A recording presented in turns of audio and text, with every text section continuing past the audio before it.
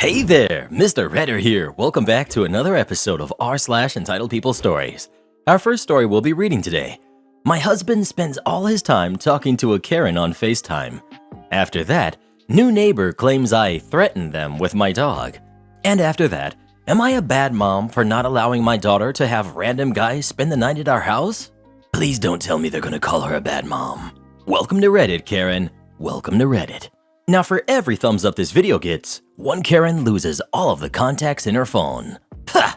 The only contacts I have are customer service numbers. I wish I had friends. So please smash that like button and subscribe and turn on notifications for new stories from Reddit every single day. My husband spends all his time talking to a Karen on FaceTime. My husband has a 19-year-old daughter that's in college. She tested positive on Wednesday afternoon, and she's been by herself in the dorm ever since. She is mildly sick. She's been FaceTiming my husband for hours every day. We also have two small kids who are 7 and 2 years old. Our 7-year-old is a daddy's boy. His daughter was not in his life prior to last year when she wanted contact with him.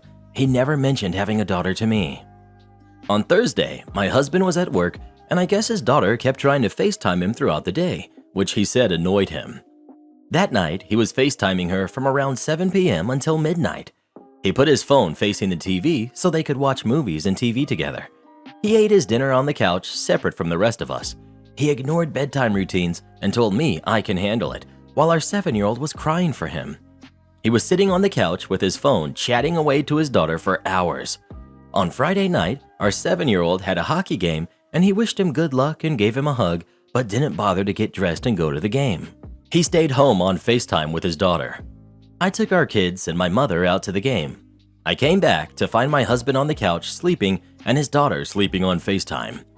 Yesterday, she FaceTimed him in the morning for a little bit and then again around 4 p.m. He ate dinner in the living room while watching football and FaceTiming her. He got off FaceTime around 2 a.m. last night after making something in the kitchen and being loud on his way upstairs. He again didn't help out with bedtime routines and ignored our oldest when he wanted to play Legos or video games with his dad. Today, my husband's phone kept ringing while he was sleeping, and it was his daughter. I told my husband when he woke up that he's been ignoring our kids lately, and he needs to limit how long he talks on the phone with his daughter. I get that she's sick and lonely, but he's putting our kids on the back burner. My husband said he feels bad for his daughter, and he wants to build a relationship with her. He said our kids see him every day, and all his daughter has is FaceTime calls. She has no friends and nobody else to talk to, and she's going through a lot. I said, with you working during the week and the few hours you have during the evening being spent on FaceTiming your daughter, you really don't spend time with our kids that much, and yesterday you blew our oldest off for hours to talk to her. He got up and said he was done talking about this. His daughter is going through a lot. She is sick and stuck in her dorm with nobody to talk to. He said I'm being ridiculous. Our oldest can entertain himself, and if not, then I should go do something with him. He then said, "Why do I always have to do things with our oldest? Why can't you?" I have, and he prefers his dad over me. He got dressed and left. He's been gone for hours and isn't returning my texts or calls. His daughter is 19. I'm sure she has other friends to speak to, regardless of his claim that she doesn't. She doesn't need to fall asleep on the phone with her dad. Where's her mom in this situation? OP. His daughter claims to hate her mother, and she's not talking to her. I didn't even know about the daughter until last year when he was sneaking around FaceTiming her and wouldn't tell me who he was talking to. When he did tell me, he said he has a daughter from a relationship he was in when he was like 20. He said the mother kept her from him and he didn't have money to fight back in court. He told me he was embarrassed about it and wanted to forget about the incident and move on with his life. The daughter contacted him on Facebook last year and they've been in contact since. She usually only FaceTimes him a few times a week, not this much, and not for hours at a time like recently. Edit 3. I reached out to the daughter on Facebook Messenger. I said, "Hi, we've never met before, but I'm husband's name's wife. I was wondering if we could have a little chat and get to know each other. If not, that's okay too. Thought I would try to break the ice. Take care." She replied, "My dad told me not to talk to you, and I don't know why you were even contacting me after saying all those nasty things about me. You don't even like me. I never did anything to you or spoke to you. But the fact that you don't even know me, yet you are judging me, says a lot about how terrible of a person you are. Do me a favor and do not contact me again. I don't want anything to do with you or your kids. Those poor kids sure as heck picked up on your genes because they look like you. Ew. They're gonna get bullied hardcore, laughing my booty off. I hope my dad can at least teach them to be better people so they don't turn out like you. And the fact I can't come live with you because my dad told me you would make my life living heck, go forget yourself, seriously. I said back, I'm extremely confused on what you're talking about. Your dad has not mentioned you coming to live with us, and I'm also confused on what you mean by me judging you. As you said, I don't know anything about you, so there's quite a bit of miscommunication here. It's fine if you don't want to be involved in my or my kids' lives. I thought I would just put the option out there. You are an adult and free to choose who you want to associate with. Best of luck with everything, and sorry for bothering you. She said, BS. That's all I hear is BS. You know darn well what you said because my dad told me exactly what you've been saying. Go check yourself into a dementia unit if you are so confused. Leave me alone and never message me again. I hate you with a burning passion. I never want to meet you or have anything to do with you. Don't you get it? Take your pathetic sorry self and your kids with you and go get hit by a bus. And then she blocked me. Yowza canowza. Maybe you should think about filing a restraining order. Yeah, this girl sounds like she needs an exorcism. Dawn straight, Reddit boy. Dawn straight. New neighbor claims I threatened them with my dog. For some context, I, female 28, just moved from my city to my first house in a suburban neighborhood about 6 months ago. Just me and my dog, Oaken, a Dutch Shepherd. My dog is trained as a personal protection dog, PPD. I'm a runner and Oaken runs with me. We were running in our neighborhood's park and pond area. I had my AirPods in. It was just getting dark. I noticed in passing a guy on his bike on the same trails, and as we were coming around the pond, he was stopped on our path. He waved us down and said he had dropped his keys, asked if I had seen them on the path, asked if I had a light on me because he thinks he dropped them in the grass, wanted to know if I lived in the neighborhood, which house was mine, if I was nearby because he didn't see any cars in the parking area that he didn't recognize.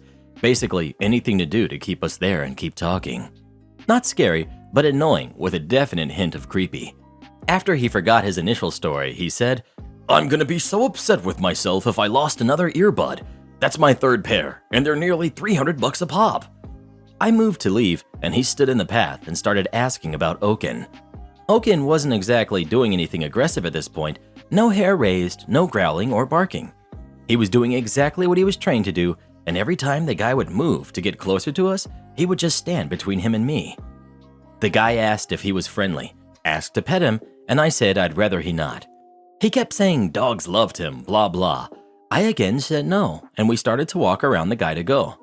That's when he decided it would be a good idea to try to grab Oaken's leash. I have no idea why. Your guess is as good as mine. Oaken backed us up. Low growl, showed his teeth. Didn't snap, didn't bite. We left. The encounter was strange enough I posted in the neighborhood app. Nothing accusing the guy of attacking us or anything over the top like that, just that my dog and I had gotten stopped by a stranger out running and a reminder not to grab at a person's dog or leash without permission. Apparently, Park Guy's wife read the post and recognized her husband immediately because since then she's been telling every neighbor who will listen about my aggressive dog attack. I've now gotten a letter from the HOA, and apparently the next homeowners meeting has breed-specific bans on the agenda. While I believe Oaken's response was appropriate and controlled, I'm feeling sad and disappointed that my new community has the wrong impression. I'm not out to terrify people. Am I the jerk for posting what I posted to the neighborhood app and apparently starting a feud with my new neighbor? Was I wrong for calling out Park Guy publicly? ETA. Yes, I have a home security system and cameras. The previous homeowners had a couple of collectible cars in the detached garage/apartment and put in an extensive system. Park Guy's questions about where I lived, etc.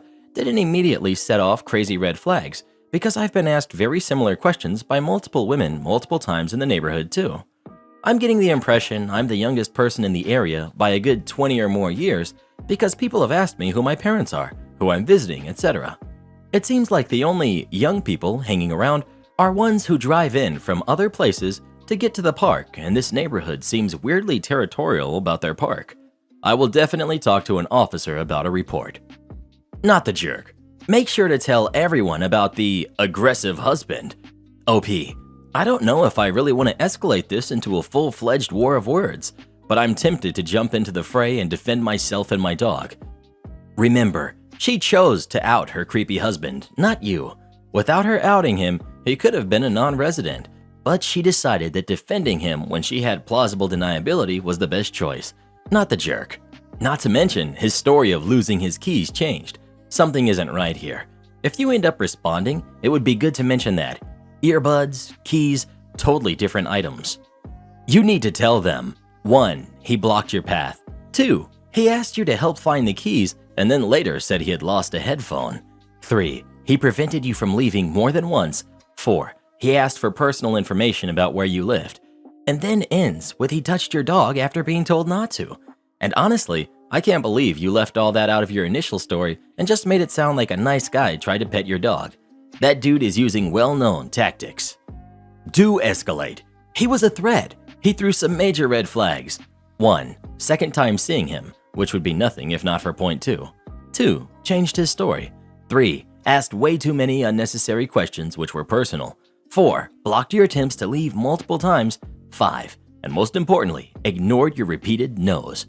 That man was either there to attack you or steal your dog. His wife is just trying to change the narrative to make you look like the attacker rather than the rightful victim. Go to that meeting and defend your dog's actions and tell them everything that happened. If he doesn't want people to think of him as a creep and a danger, he shouldn't act like one. Am I a bad mom for not allowing my daughter to have random guys spend the night at our house? I, female 51, and my daughter, 19, Joan, recently got into a heated argument and we're turning to random strangers on the internet for guidance in determining who is right.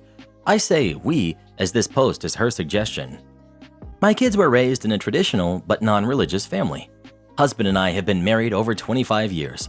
Although it was, even admittedly rare back in the 90s, we actually waited until we were officially married before we hooked up for the first time. Currently, Joan is attending college and lives with us in our developed basement with a separate entrance. Our 2 other kids have moved out for good.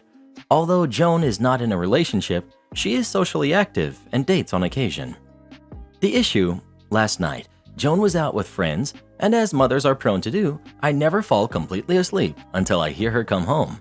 So last night, she was back around 1 a.m., and as I was still fully awake, I went downstairs to see how her night went. I was, however, wholly unimpressed when I saw her on the couch with a guy she had just met that night.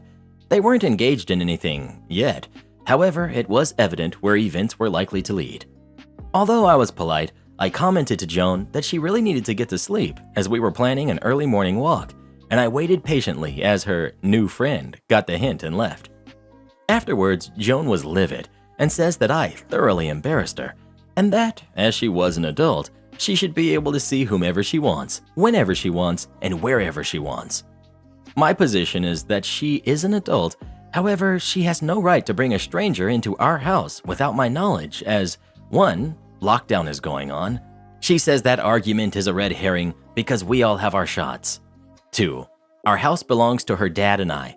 I'm not comfortable with having a complete stranger spend the night. Her argument is that she's still a dependent as she's going to college and it's still her house too. 3, although I don't approve, I agree that as an adult, she can engage in whatever legal activity she chooses. However, not in my house. She knows my views on this kind of stuff, and by engaging in this activity in my house, with me at home, it's a massive sign of disrespect. 4, if she really wants to spend the night like this, that's what hotels are for. Her argument is that, although she's working, she's saving for her future, and that would be a stupid waste of money. So, am I the jerk for making her friend leave, or should I just ignore my long-held belief system and accept her choices as an adult? Edit. My husband's position is that he's taking the Switzerland position, officially neutral. I'm not happy with his lack of support, but I'm not going to engage in a two-front war at the moment. Edit. To answer a few questions and add some comments. 1. Joan does not pay rent. As with all of our kids, she's on the free room and board plan so long as she is attending school. 2. I've never been a helicopter parent, And the notion that not resting comfortably until my daughter gets home on a Saturday night is akin to overparenting is absurd. My husband is a retired detective, and as he always said to the kids, rarely does anything good happen at 3 in the morning. 3. No, we had never discussed these types of things prior to last night, as the issue never came up. Would my feelings be different if Joan was in a long-term committed relationship? Honestly, I don't know. I'll have to cross that bridge when it happens. Final edit. Thank you, anonymous internet friends. Although my position won with a not the jerk ruling, both my daughter and I gained some insight by reading through many of the comments. Joan acknowledges that bringing someone she just met back to our house was inappropriate for a few reasons. In turn, I've left the door slightly open to the concept of a visit by a long-term partner that we know and are comfortable with. However, it would need to be discussed and agreed to in advance. Not the jerk. I completely agree with you. When I was a college student, my parents wouldn't allow random strangers to come and sleep in their home. Joan needs to remember that while she is an adult, the home belongs to you and your spouse. You're paying the mortgage and rent. An adult is supposed to be responsible for his or her own choices and decisions. If your daughter doesn't like the rules, ask her to pack up her things and move out. I disagree with this, so just wanted to offer another perspective. I agree that the mom can have those rules, but I still think she's the jerk for them due to the potential unintended consequences. Mostly that the same mom who can't go to sleep until she knows her daughter is safe at home, would rather her go to a hotel with a random stranger than have her come home, just because she disagrees with the activity. Prioritizing her beliefs over the daughter's safety makes her the jerk for me, especially since it sounds like her daughter has her own separate area of the home, so it's not like she's in the room next to the parents. You're the jerk. I accept your opinion, but I disagree with you as well. My parents did that when I was in college, and they wanted to know that we were safe back home when coming back late. This lady is a good parent, and she is not prioritizing her beliefs over her daughter. However, it's her home, period. Her house, her rules. I posted another comment with more details about this, but I also had parents like this, and it led to very unsafe scenarios for me. Your house, your rules doesn't mean parents don't have crappy rules. I went to college with a girl who had mean parents that didn't allow people over because of their color. Their house, their rules, but that doesn't mean it's not a crappy rule and that they wouldn't be the jerk. The question here is whether or not she's allowed to have rules at the house. It's whatever, she's the jerk. Lying to my parents about where I was is exactly how I was attacked by someone who I knew for a decade plus. Had I been able to come home drunk that night, it wouldn't have happened. OP is putting her daughter in precarious situations because of her personal beliefs. She puts higher value on her own image rather than her daughter's safety. I won't call her the jerk though, because it is bringing strangers into her home. I just don't want OP to pretend like she's a great mom and give a shocked Pikachu face when her daughter realizes how truly toxic her values system is. If she can't sleep till her daughter comes home, she's going to be wanting to know when she's out at hotels with guys, or at the very least not coming home. At that point, it opens up for mom to give opinions on where and what her daughter is doing, which I think is an overstep at this age. I also don't see OP being comfortable with her daughter doing that regularly, and it could lead to problems of claiming she's spending too many late nights not coming home. The alternative is she brings her dates home, into this separate suite, and mom respects her autonomy as long as it is legal. What is your priority? No hooking up in the house, or knowing your daughter is coming home at night? I don't think either answer is wrong, just that only one can be the deciding factor in your relationship. I would also argue that if the daughter is paying rent, she should be able to have opposite or same people encounters in her space. If she is not, it could be a compromise. A nominal rent fee equals adult space. Mom doesn't check in when her daughter comes home. If she needs a check-in, she can send her daughter a text. Or daughter goes to a hotel for hookups like most of us. To the daughter, it is your mother's home and ultimately you need to respect her decision. If you aren't paying rent, then no hooking up in the house. Adult privileges come with adult prices. Do you want her to engage in these types of activities with someone in a place where she's safe, or in a place where she isn't safe? You may be thinking, well, at least I can control what happens under my roof, or just don't do it in my house. But if it's not happening in your house, then it's likely to happen somewhere else. And if things turn bad when she's somewhere else, she's on her own. Additionally, now that she's an adult and can come and go independently, you need to start loosening how intrusive you're being. I get that it's hard to sleep if you don't know that she's in yet, but that is your issue to deal with, not hers. Nor should you be nosing in with, "We have plans tomorrow morning, so you need to go to sleep." Her need for sleep is on her to manage. How well are you going to sleep if she moves out soon? Long before you might want her to, because she can't stand the lack of privacy and how you're still treating her like a kid. Do you want a good relationship with your rules or with your daughter? So yes, you're the jerk. It's reasonable, however, for you to not want her to bring complete strangers into your house for security and privacy reasons, but there are more careful places to draw that line than what you're trying to do. You're arguing, but it's a stranger, while what you want to have for rules stretches a lot further. Absolutely not. If you want your own life without your parents meddling, then get your own place. Her mom ain't gonna stay up late waiting for her kid if her kid doesn't live with her. But the fact that Joan does live with her, then she has to follow her rules. I go to college, have my own place, work part-time, and can hook up with whoever, wherever, and whenever. Joan is a leech if she can't simply follow her parents' rules. Joan is 19. She's not a leech, and you don't know what the economy for buying in their town is. ETA, I've never had this many likes before. Oh my. Well, who do you think is the jerk? OP or her daughter? Please let us know. Want adult privileges? How about moving out and being an adult? Hopefully OP won't get stuck raising a grandbaby like the grandpa did in yesterday's story. I won over $5,000 in court after a car accident that I caused. Okay, so just a little bit of info before I get into the story.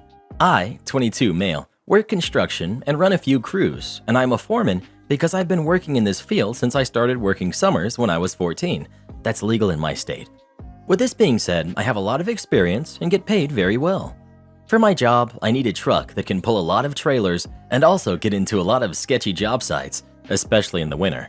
So I drive a new lifted pickup, F350. Anyways, let's get into it. So about 4 months ago now, I got off work one day and I just really didn't feel like making dinner, so I decided to go get myself the trusty Big Mac at McDonald's. Well, after I got my order, I was going to pull out into the parking lot to drive home, and I was looking hard over to my left to see how busy the road was before I got over there. Well, I wasn't paying great attention to what was happening in front of me, and as I was creeping forward, someone who was in front of me was stopped and not paying attention either. I ended up barely hitting his mirror and scraping his door with my front end. I immediately reversed and hopped out. I made sure the guy was okay and apologized, knowing it was my fault, and asked him if he would like to call the cops. Let's call him Brent. Brent says, "Nah bro, we're all good. If you just get me your insurance info, I think we can get this taken care of." I was fine with that as there was no damage done to my truck, and it's not required to call the cops for an accident if it occurs in a private parking lot. This is relevant later. We exchange info and he seems pretty cool, so I tell him to go get the damage bid and I'll just pay in cash so my insurance rates don't go up as long as he's okay with it. He says that's fine and we both just leave and I feel like a moron. But all in all, Brent seems like a cool dude and I just hope we can get it sorted out smoothly. About a month passes by and I haven't heard anything from Brent or the shop I told him to go to. Honestly, I wasn't too stressed about this because if he decided to not get it done, that's on him.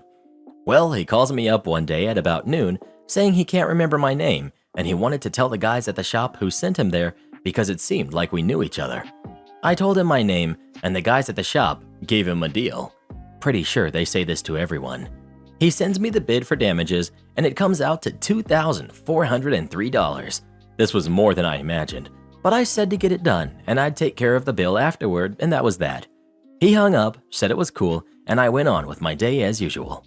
Another month goes by and I don't hear anything until Brent calls me up while I'm at work again and says, "Hey brother, I talked to the shop and they said they can't get me in for another 2 weeks or so, and they may end up charging me more if they find more damage." I said, "Okay, sounds good. Just let me know, man. I hope it goes smooth for you, and I'm sorry for the inconvenience." He seems to take it good, and I'm really trying to just be a good person. He responds with, "Well, after talking to my wife, I'm okay if you just wanted to write a check for $2,500 and we can call it even." This seemed odd to me, because why the heck wouldn't someone want their vehicle repairs all paid for? I say, "Okay man, let's set a time and place to meet and I'll get you paid." He liked the idea and ended the call by telling me he would let me know. Yet another month passes by and I hear nothing again.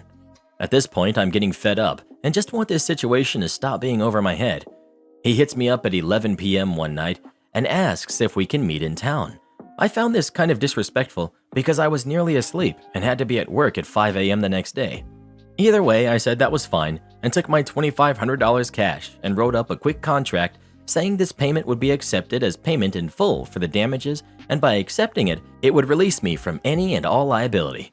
This was a pretty fair contract, I believe, as it was the deal we had already made over the phone, just in writing.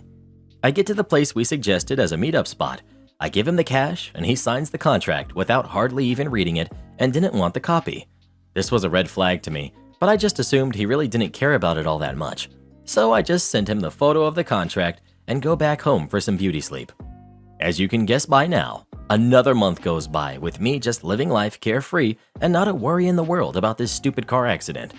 Well, I go to check my mail, and I have a notice from this guy's lawyer that he's suing me for not paying after wrecking his car. This upset me, but I also knew I had plenty of text messages and a contract on my side. I immediately call Brent, and he blocks my number. Luckily enough, my girlfriend works for a lawyer, so I get him updated, and he says he'd love to help. He lets me know I saved myself by writing that contract, as any contract worth over $500 is to be held up in any level court in my state. I immediately get to work on my revenge. I remember on the side of this guy's car, he had a business logo, and I took pictures of the damage. So I hop online and get to the Better Business Bureau to look up who owns this company, thinking that surely he couldn't own the business because he is such an idiot. I was wrong. This guy owns the company, and I can see that he has about 12 one-star reviews, all in dispute because of his shady business practices, telling people it will cost one thing and then charging them 4 times what he said it would. Sound familiar? Remember when he said the shop may charge more than the original $2,403? That's right, he was suing me for $10,000, 4 times what the shop told him it would cost. Unbelievable. He was trying his same sneaky crap on me. My lawyer takes none of this, and we show up to court ready for war. This guy is sleazy. As we get there and all set up, he says, "You ready to give me more of daddy's money?" with a smirk. I guess just because I'm young and drive a nice truck and could afford $2,500. His lawyer gets up and starts trying to say BS from me, hitting and running, and Brent barely got a picture of my license plate, so I tried bullying him into taking a deal for only $2,500 when the damage was clearly more than that. There were obvious holes in his story, and he really didn't have much to say. Just imagine the smile on my face as my lawyer lays out the printouts of our text messages and the physical copy of the contract, which was signed by Brent. His lawyer was ghostly white and looked sick. After laying out all of the evidence, my lawyer pulled out a little hidden gem, the printouts of all the complaints we found on the Better Business Bureau and how he was doing the same thing to me. This was the final nail in the coffin, as the judge said he had seen enough. He asked Brent for any final statements, and Brent said, "I don't even have the $2,500 anymore. Can I get that then, and we will be okay?" Literally admitting to the judge that he had received my money and his story was just a load of crap. I thought his lawyer was gonna lose it. It was beautiful. The judge ended up ruling in my favor and demanded him to pay my legal fees as well as damages and lost wages because I had to miss work to be in court. The absolute sweetest part was that this particular day my crew was on a very high-wage job, and I was technically the one getting paid before I paid them out as subcontractors. This means I was to be paid $475 an hour, and this whole ordeal took about 5 hours. He ended up having to pay me almost $5,000. I don't think I've ever been so happy in my life. Sorry it was so long, I just really felt the need to share. Thank you to anyone who made it this far. The Karen of my building told me her keycard isn't working, demanded I fix her keycard, so I did. This just happened maybe 5 minutes ago, and I think it's hilarious. I'm the facility manager to my building. Everything that happens and goes wrong is my responsibility, so I make sure everything runs smoothly. My boss had made it clear, it's my building and I was hired to not only keep the people in line, but run everything. I'm not a jerk, but I hold people accountable, forcibly but politely. There was no facility manager for a long time before I came along, and both clients and employees ran amok, with no order. In the 4 months I've been here, my boss has praised my performance and has gone to bat for me countless times. She's the best boss I've ever had. I've got a firm but fair approach, and my reputation reflects that. I've got a Karen in the building, and trust me, the name stereotype applies. Who's just a counselor for family services has nothing to do with our group. She likes to complain about everything and gives my boss a headache almost daily. She shares an office with another woman who's unfortunately picking up on her Karen tendencies, Karen in training.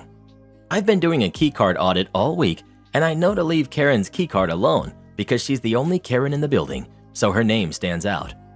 I'm missing 75 keycards, lots of former employees having all door access dating all the way back to 2015.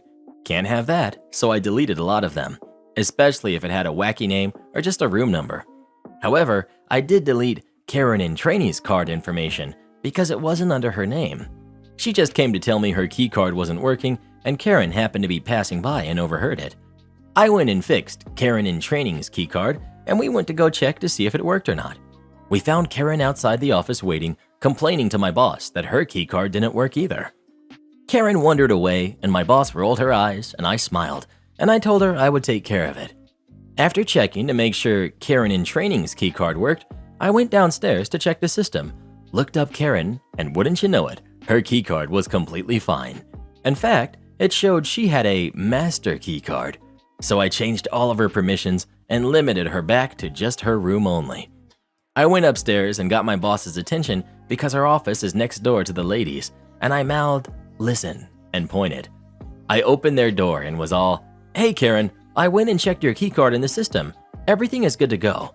In fact, it said you had a master key to the building, and per the company's orders, since you're not a contractor or a company employee, I can't give you that access, so I had to revoke your status to just this room only. Can't have you bugging people on official business. Wink. Thanks for bringing your keycard to my attention." She started to object that she needed the master keycard because XYZ, and I was all, "Yeah, sorry, maybe before, but I'm the facility manager and you don't need access to everything except this office, and if you do, it's outside your pay grade, so you'll have to come get me. Okay? Cool, thanks.